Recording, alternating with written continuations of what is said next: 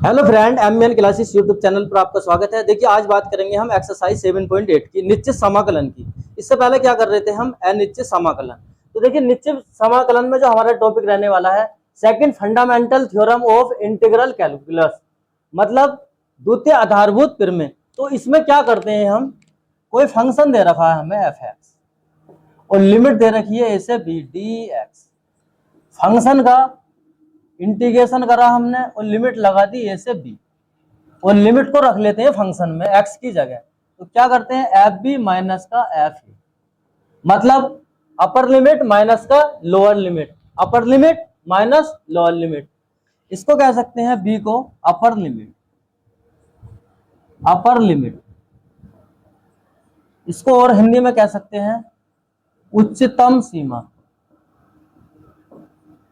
ए को क्या कह सकते हैं, लोअर लिमिट, लोअर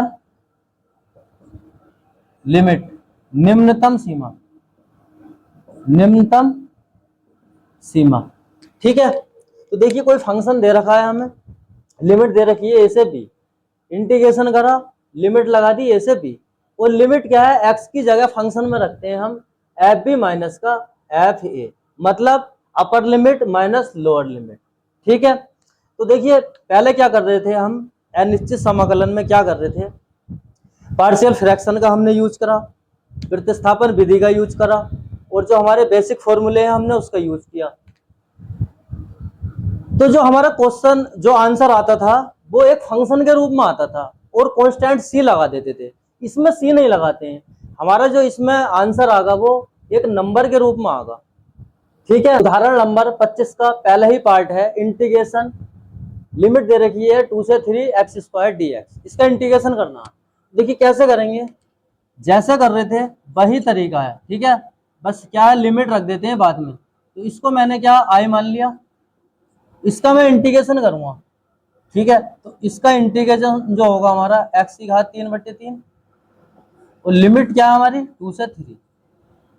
ठीक है। अब क्या करेंगे, देखिए आई बराबर 1/3 एक्स की घात 3 और लिमिट है हमारी 2 से 3। ठीक है। तो यहां तक तो कोई दिक्कत नहीं होगी, इंटीग्रेशन कर रहे थे पहले भी अनिश्चित समाकलन में, तो वही क्या है, इंटीग्रेशन ही किया है। अब क्या है, लिमिट रखेंगे इसमें। तो लिमिट ये क्या है, अपर लिमिट है, तो अपर लिमिट माइनस लोअर लिमिट। तो देखिए कैसे रखते हैं, आई बराबर 1/3 अपर लिमिट, एक्स की जगह रख रहे हैं 3 और घात 3 है तो 3, माइनस लोअर लिमिट, एक्स की जगह क्या 2 रख रहे हैं और घात 3 है तो 3। बात समझ में आ रही है कि नहीं आ रही है, अपर लिमिट माइनस लोअर लिमिट, उच्च सीमा माइनस निम्न सीमा। अब यहाँ पे 1/3, यहां से क्या बनेगा 27, यहां से 8, और आई बराबर 1/3, ये क्या आ गया 19, यहां से क्या बनेगा 19, या आई बराबर 19/3। ये फाइनली आंसर आ गया। इसमें हम सी नहीं लगाते हैं, जो हमारी वैल्यू नंबरिंग में निकल आती है उसमें क्या है, अनिश्चित समाकलन में हम सी लगा रहे थे, इसमें सी नहीं लगाते। तो क्या करना है, जो काम पहले अनिश्चित समाकलन में कर रहे थे वही काम करना है, बस क्या है, लिमिट लगानी है, अपर limit minus lower limit. Example number 25 का सेकंड पार्ट है इंटीग्रेशन, लिमिट दे रखी है 4 से 9 √x अपॉन 30 माइनस एक्स की घात 3/2 का स्क्वायर डी एक्स। इसका इंटीग्रेशन करना है। अच्छा, इसका इंटीग्रेशन करना है, अगर मैं इसको नीचे वाले को टी मान लूं तो देखिए ऊपर वाला फंक्शन मिल रहा है मुझे। ठीक है, देखिए कैसे, देखिए इसको मैं क्या आई मान रहा हूं, आई बराबर 4 9, लिमिट दे रखी है x अपॉन 30 माइनस एक्स की पावर 3/, इसका स्क्वायर डी एक्स आई मान लिया है। और इसको क्या हम t मानेंगे, तो 30 माइनस एक्स की पावर 3/2 बराबर क्या t मान लिया। और मैं इसका क्या डिफरेंशिएशन करा रहा हूँ विद रेस्पेक्ट टू x के, तो यहाँ से क्या हुआ 0, या माइनस का 3/2 एक्स की पावर क्या 3/2 -1 बराबर क्या है dt/dx, या माइनस का 3/2 एक्स की पावर 1/2, एलसीएम लूंगा 2 2, ठीक है, 3 - 2 1/2 आ जाएगा यहाँ पे, बराबर क्या है dt/dx। ठीक। अब क्या करेंगे, dx को इधर ले आओ उठा के, x की पावर 1/2 dx, इसे इधर ले जाओ तो ये -2/3 और क्या है dt। अब x की पावर हाफ का मतलब रूट ही तो है, तो अंडर रूट x की dx की जगह ये मान रख सकते हैं, जरा मान रख लो, ठीक है। तो I बराबर इंटीग्रेशन, अभी लिमिट नहीं लगा रहे हम, ठीक है, इसकी जगह क्या रखना है मुझे, -2/3 dt, ठीक, और इसकी जगह 1/t स्क्वायर है तो स्क्वायर, या इसको और लिख सकते हैं I बराबर -2/3 इंटीग्रेशन 1/t स्क्वायर dt, ठीक है। तो मेरे हिसाब से यहां तक तो कोई दिक्कत नहीं होगी कैसे भी। अब I बराबर -2/3 इंटीग्रेशन, इसको क्या लिख सकते हैं, -2 dt, ठीक है।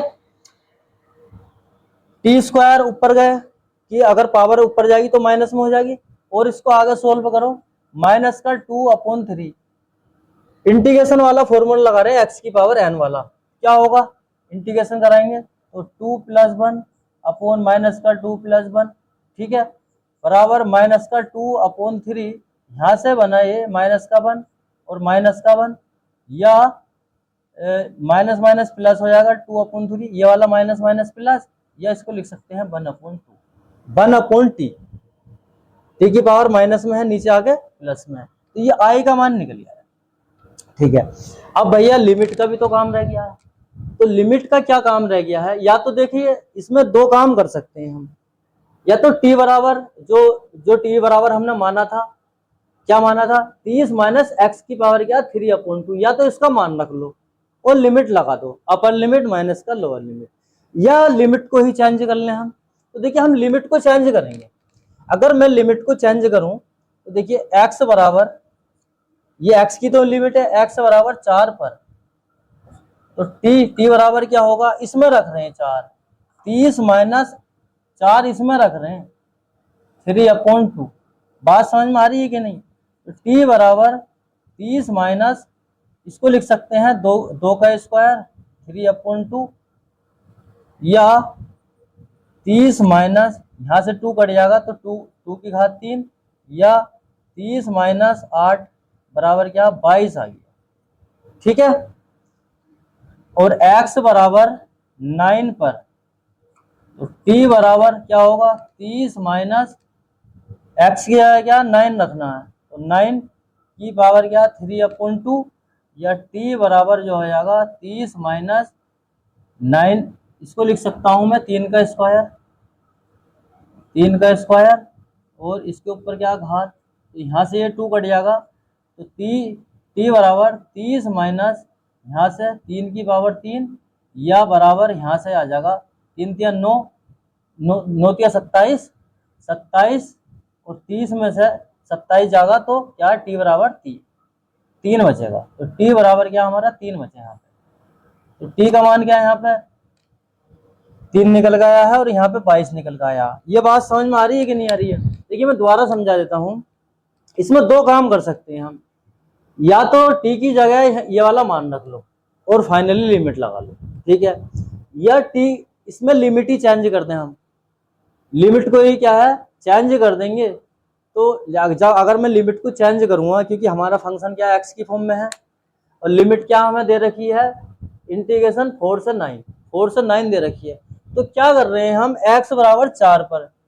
t बराबर x बराबर 4 पर t क्या होगा हमारा, t का जो मान निकालेंगे लिमिट का, तो 30 माइनस x की जगह क्या 4 रख लिया मैंने, ठीक है, तो x की जगह यहाँ पे क्या है, x की जगह क्या 9, तो x की जगह यहाँ पे क्या मैंने 9 रखा है, तो देखिए सोल्व कराया 4 को लिख सकते हैं 2 की पावर 2 3/2, और यहाँ से ये घात कटी तो 2 की पावर 3, और 2 की पावर 3 8 होता है, और 30 में से 8 को घटाएंगे तो 22, ऐसे इसमें क्या है x बराबर 9 पर t बराबर क्या 30 माइनस x की जगह इस वाले फंक्शन में क्या 9 रख रहे हैं, ठीक है, तो 3 को लिख सकता हूँ 3 का स्क्वायर से स्क्वायर कट जाएगा, और 3 × 9 9 × 27, यहाँ से 30 माइनस 27 बराबर क्या 3, तो लिमिट क्या आ गई हमारे पास, जरा यहां से समझ लो। देखिए फंक्शन क्या था हमारा I बराबर 2/3 और 1/t,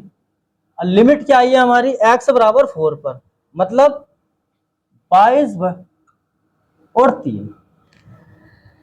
अरे अपर लोअर लिमिट क्या थी हमारी, 4 थी ना, तो लोअर लिमिट क्या है, जब 4 रखी तो जब ही तो 22 निकल गया है, ठीक है।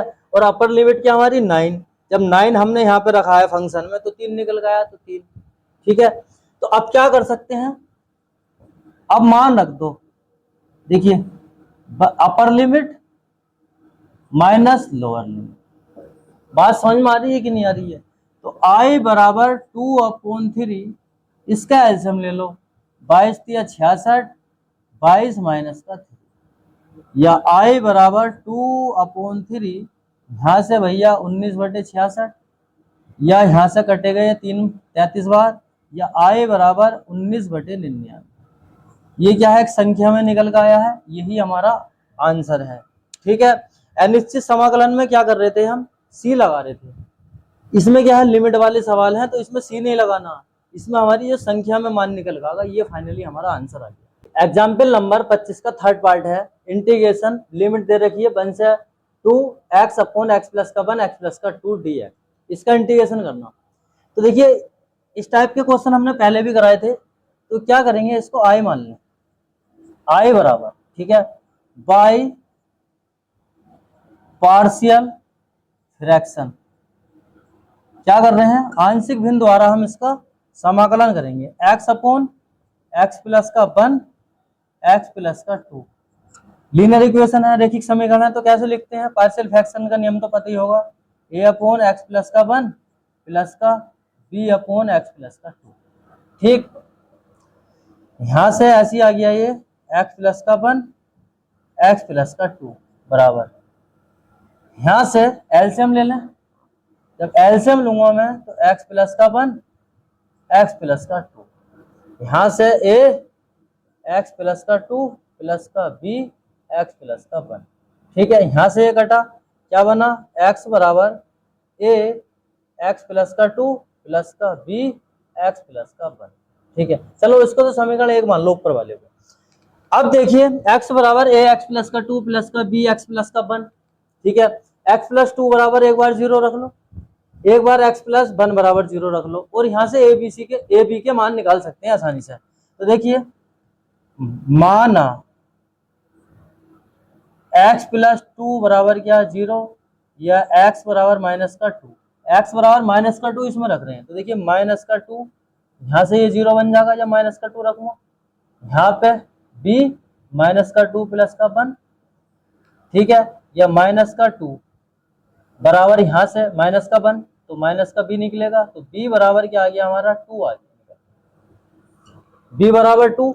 एक बार क्या है, माना x प्लस 1 बराबर क्या 0, या x बराबर माइनस का 1, तो x बराबर माइनस का 1 रख रहे हैं, यहाँ पे माइनस का 1, यहाँ से a माइनस का 1 प्लस का 2, और यहाँ पे रखूंगा तो 0, तो माइनस का 1 बराबर यहाँ पे आ गया a, या a बराबर माइनस का 1।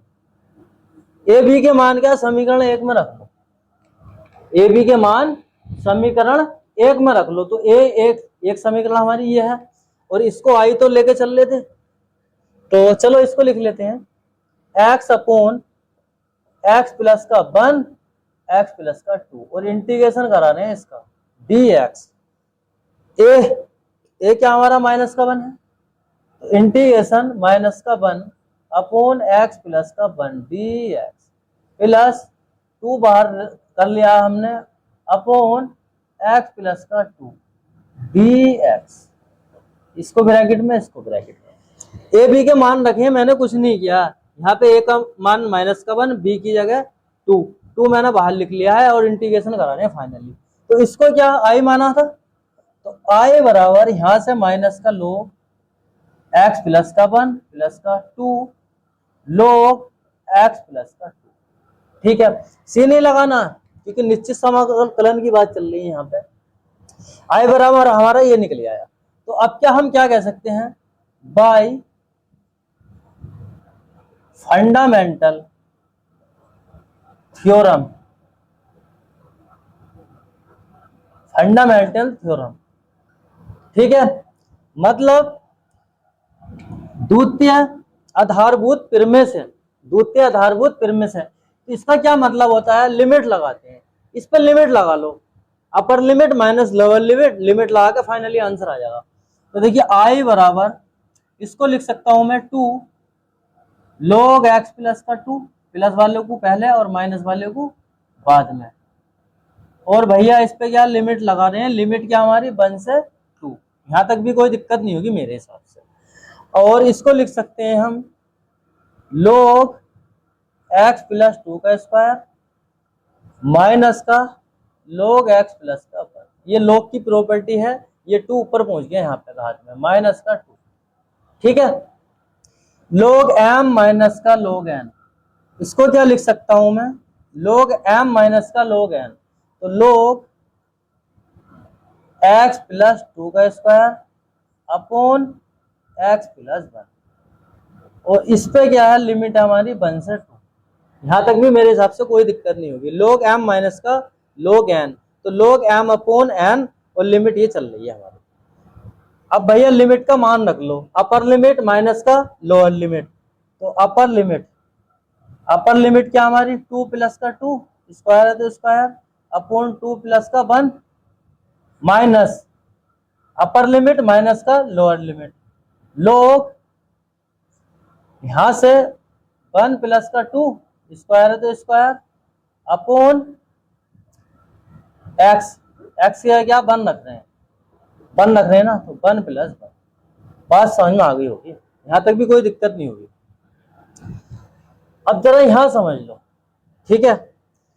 देखिए आई बराबर चल रहा है ना, ये यहां से 2 दूनी 4 और 4 2 दूनी 2 प्लस 2 4 हो गया, और 4 का स्क्वायर 16, तो यहां से बना भैया log 16 और यहां से 3 माइनस यहां से log 1 प्लस 2 3 और 3 का स्क्वायर 9, और यहां से क्या 2